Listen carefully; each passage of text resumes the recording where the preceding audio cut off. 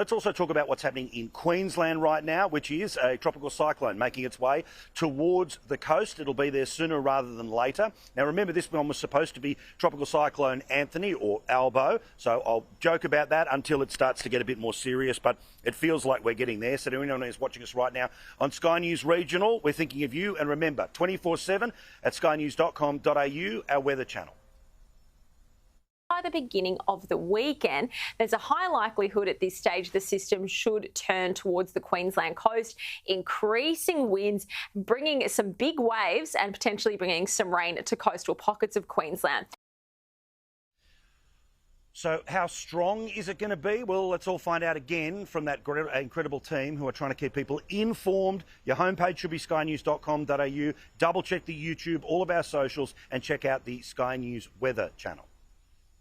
The system remains a Category 2 storm as of mid this morning. Maximum wind gusts at the system centre still packing a punch, 155 kilometres per hour.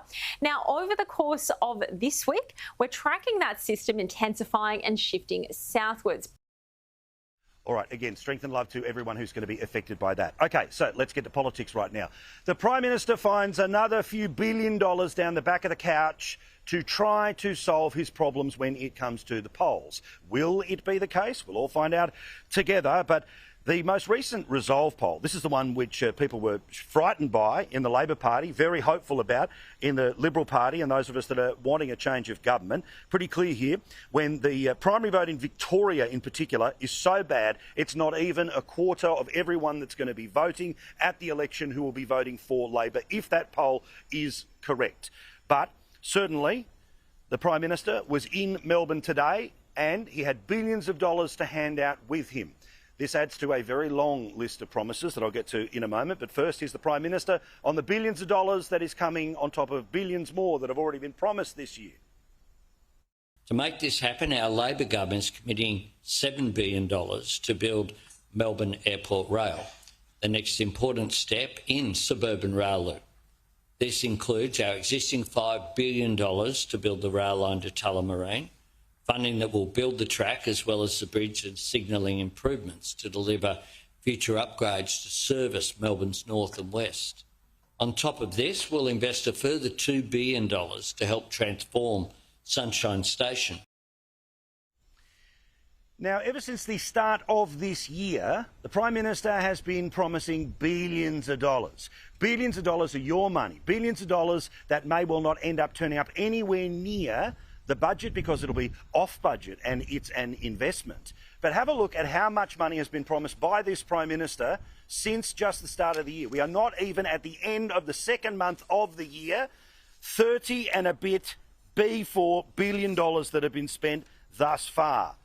But the real news today about what the Prime Minister has been trying to do, of course, when all else fails, despite the fact that more than half of the country thinks that Anthony Albanese is the one who is doing a poor or very poor job, we must talk about Peter Dutton. All roads lead to Peter Dutton, the Ooga Booga music, all the rest of it, right? Well, as you know, we told you via the reporting of James Campbell, after the failure of The Voice, the punishment that Peter Dutton was to receive was for the Labor Party to put together a dirt unit. This was not secret, this was open, this was available. This is something that has been slowly but surely feeding certain people in the press gallery. And you may well have noticed in the past couple of days, some really ancient stuff is starting to pop up. You know, they want to talk about health policy from 2014. They want to talk about shares from 2009. They even want to go through and list all of the different properties that his family trust has owned over the years. But I want to talk about a little political tactic. Now, I might be on the other side of the world. I might be getting ready to talk about rugby league. I might have a cowboy hat on, and yeah, I get it. It looks like it does. But, you know, Vegas, baby. The thing is that there is a trick that is a long-term trick that politicians play when they know there's no real evidence, when they know there is no case, when they know that it will not go to a National Corruption Commission, when there is no smoking gun. What they do is to make sure that the story lasts another day, and another day, and another day, is to turn around and say that the person you are trying to hurl mud at has questions to answer. Now, we have a system where, if they wanted to, they could refer it to a corruption commission. They may well end up doing that in a few days' time, so they can say for the rest of the campaign, under a corruption, you get the game, right? But just in case we are missing it, this is the official talking point of the Labor Party. Now remember, they can't talk about their own performance when it comes to what they promised 3 years ago on cost of living. They can't talk about how they will actually make your life better in the next 3 years. No. It's all about, let's get Dutton with the questions to answer whisper campaign. It's up to him to tell the Australian people, did he have access to that sensitive information? That's a matter for Peter Dutton to explain. What shares did he buy? How much did he buy them for? Did he have access to privileged confidential information or people who did? See, the reality is that normal people don't buy this, right? Now, do I think that Peter Dutton walks on water and therefore there is no way he can ever be quit? No, of course not, right? But if it's 2025 and suddenly, after a couple of years of digging, questions to answer. Here's the documents.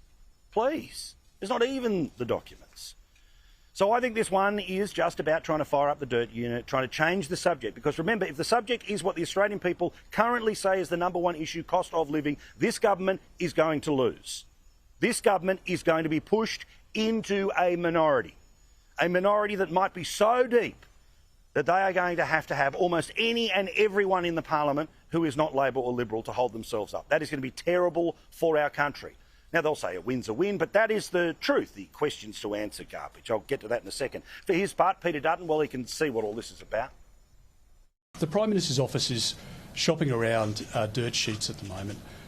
Transactions that go back to when I was 20 years of age. I think it reflects poorly on the Prime Minister and the desperation that he's in at the moment. And again, why is it questions to answer? Why is the media saying Dutton responds to the questions to answer? You know, the infinite Canberra Colombo, the Canberra bubble garbage. When, of course, the #1 issue is cost of living. It's because today we got more information, more insight about the problems that they said were the worst was behind us. Nothing to see here. We're on our way to a greater and more amazing future. Monthly inflation actually went up in January. Now remember, it's already artificially being held down because of the money that they are trying to pay off, or not pay off, buy off, people from the biggest house to the smallest shack in the bush when it comes to power prices, because their decisions in and around power did not deliver $275. So all of that has, of course, created a fictitious story in and around inflation. Well, guess what?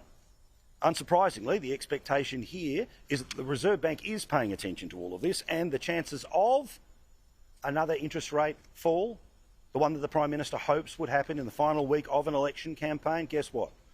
It's not going to happen now. Why? In part because of the numbers that are around today. Oh yeah, and you know how the government as well is not willing to talk about its own record, its own ideas, pointing to its own success. Instead, they're going back to the politics of the 2016 election, back with Mediscare. And all of this is based off comments they have edited from 2014. Like, honestly, this stuff is not touching the sides. It's not moving the needle. It might fire up a few lefties. It might turn a few Teals into Labor voters and Greens into Labor, but it's not going to move what has been that huge bulk of people that have been walking away from a government that promised for it to be better. And a perfect example of that today, about why, again, they're trying to change the subject. Look over here, look over here, look over here. They would love the distraction of the bright lights of Las Vegas in this lead up to the campaign. Well, Mark Butler today, he and the government has signed off on an increase in how much you are going to have to pay for your private insurance. Your private health insurance will go up. This will be caught up in the inflation numbers, but the hope is no one will be paying attention, because by then, questions to answer, questions to answer. We've been to this game many times before.